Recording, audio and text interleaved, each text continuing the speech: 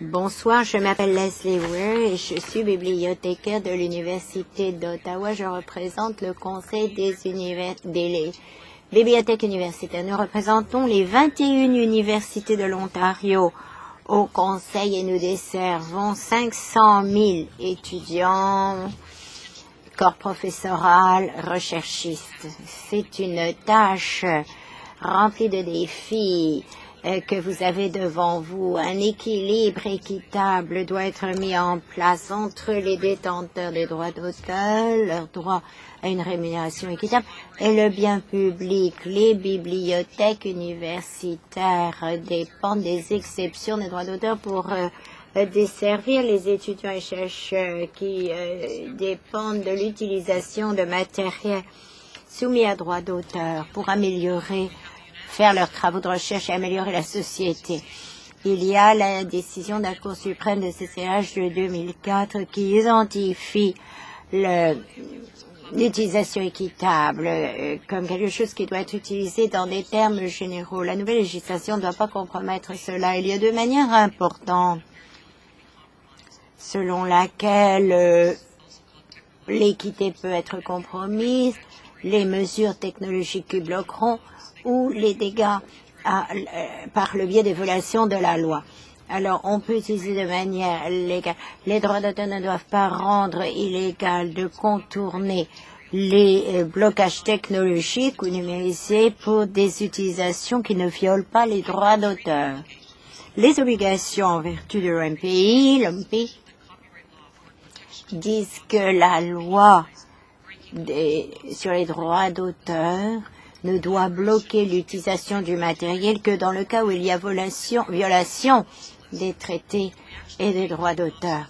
Si on attend que nous ayons des désuétude, on n'aura pas l'équipement pour pouvoir les accéder et déplacer les matériels qui sont menacés de perte. Nous suggérons que pour desservir les Canadiens avec des handicaps, il est important aussi de donner un accès sous forme de structure qui étaye ou appuie leurs besoins.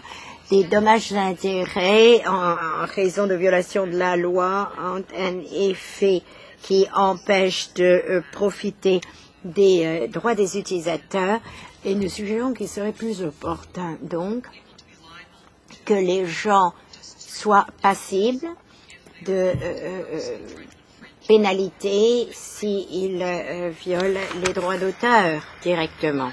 Merci beaucoup. Alors ça, c'était l'intervenante numéro 2. Et maintenant, si le conférencier ou intervenant 136 ne se présente pas, nous allons passer à la transmission par le web. Fred de Toronto, quel est le droit des citoyens canadiens? Au Canada, nous n'avons pas l'utilisation équitable des critiques que nos Américains connaissent. Alors pourquoi éroder les droits que les citoyens canadiens déjà ont avec une baisse du domaine public? Oui, les Canadiens valorisent leurs artistes et leurs œuvres, mais il y a aussi des droits en tant que citoyens canadiens dont on veut jouer. Ils ne veulent pas que leur grand-père ou adolescent, grand-mère et adolescent deviennent pauvres. Un autre commentaire de Charlotte. Les secteurs de la radio des campus abusent dans leur activité, donnent l'occasion aux artistes émergents de se faire connaître. Mais avec toutes les utilisations collectives des droits d'auteur par la radio, le streaming, l'archivage, doivent verser une rémunération pour diffuser ces artistes en raison des nouvelles technologies. Les artistes émergents n'ont pas les revenus pour verser de l'argent aux radiodiffuseurs commerciaux. Alors ça devient difficile. Ils ne peuvent pas verser tout l'argent. Il faut qu'il y ait un plafond. Le système tarifaire des droits d'auteur n'aide pas les artistes émergents à avoir l'exposition dont ils ont besoin pour réussir et eux percevoir un jour les droits d'auteur qu'ils méritent. Merci. Alors, intervenant numéro 14, 137 et 12 au micro. Je m'appelle Paul Vett et je suis un développeur de logiciels. Je vais être très bref. En gros, les gens trouvent que c'est un débat entre deux extrêmes. Mais je ne crois pas que les gens veulent soit abolir les droits d'auteur ou avoir les droits d'auteur dans leur totalité. Je crois qu'il faut cesser d'être aussi rhétorique et se concentrer plus sur les nuances plutôt que sur les extrêmes. Il y a des enjeux importants et il faudrait qu'on en dérive des principes directeurs. Il ne faut pas légiférer TPM et ne pas tout mettre dans la loi. L'industrie déjà abandonne le TPM, ça ne fonctionne pas et il n'y a aucune raison de protéger ça. Les Américains nous ont montré qu'il y a des conséquences à ça qu'on ne peut pas anticiper. On peut ouvrir les portes de garage avec ça. Les entreprises se poursuivent en cours les uns les autres, comme pour les BlackBerry. Donc les droits d'auteur m'affectent, mais je ne crois pas qu'il faut y graver sur la pierre là-dedans le TPM. Ensuite, on avait parlé de notice et notice plutôt que notice et take down. Afficher, annuler, afficher, afficher. Alors, il faut reconnaître que tout le monde est un créateur au Canada maintenant, n'est-ce pas? J'ai adapté mes choses, mais moi, ce que je fais, ça fait l'objet de droits d'auteur aussi. Les gens lisent ce que je fais et il y a des consommateurs qui me lisent. Les gens, dans des industries telles que la musique, par exemple, un musicien de rock, lui, se fonde sur de la musique de blues. La musique de blues vient aussi de la base des gens. Il y a des réunions, mais les gens consomment les musiques qui sont passées avant eux, qui ont existé avant eux. Et les artistes aussi se basent sur quelque chose d'autre. Un artiste a dit, par exemple, que pour écrire une chanson particulière, il avait entendu quelqu'un la jouer. Ensuite, il s'est souvenu qu'il l'avait composée lui-même en même temps qu'il faisait réparation sur sa voiture. Donc, on ne peut pas simplifier l'acte de la création à une œuvre unique. Ça se repose en général sur des créations précédentes. Il faut aussi simplifier les droits d'auteur. Tout le monde est impliqué, tout le monde copie, mais tout le monde crée aussi. Alors avoir des lois très complexes ne simplifie pas les choses.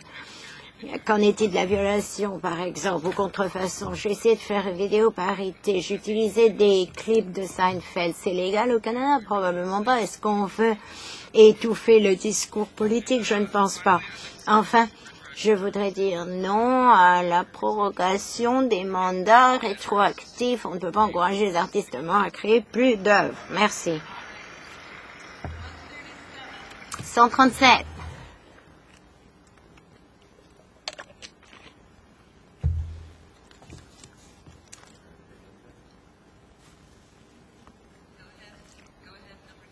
Allez-y, numéro 12. 137. Je m'appelle Rob Bolton et je travaille à More Music Canada. Je vais être bref parce qu'en fonction des commentaires que j'ai entendus, j'ai déjà entendu ce que j'avais à dire. Je travaille avec beaucoup d'artistes de l'industrie de la musique, avec des artistes en tant que journaliste. J'ai aussi travaillé dans la technologie pour des commencements et on a forcé l'étiquetage des disques pour nuire à l'industrie. Donc là, c'est difficile notre société. On a du mal à mettre en place des entreprises légitimes. Il y a des avocats de la technologie qui disent qu'il y a une utopie de l'échantillonnage qui permet de découvrir des artistes, mais ça dépend, ça coûte de l'argent. C'est pas vrai. Oui, je comprends qu'on peut échantillonner la musique et en acheter davantage, mais ça existe. On peut se rendre sur le site web d'un artiste, on peut jouer des musiques, on peut aller sur MySpace et on a aussi des chansons échantillonnés. Il y a des fans de la musique qui peuvent faire des échantillons partout. Ils peuvent essayer ceci, cela de manière légitime. Si vous l'aimez, vous pouvez l'acheter.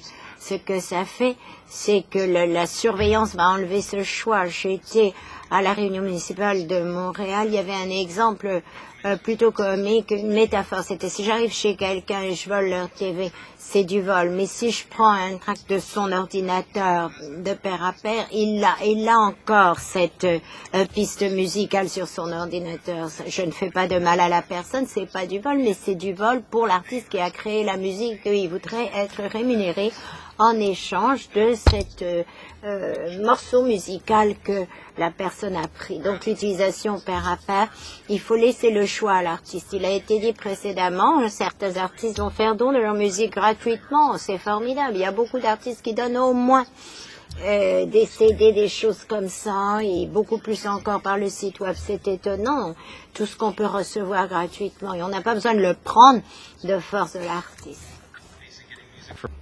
Obtenir de la musique gratuitement sur l'Internet, c'est le choix de l'artiste. C'est pas le droit du consommateur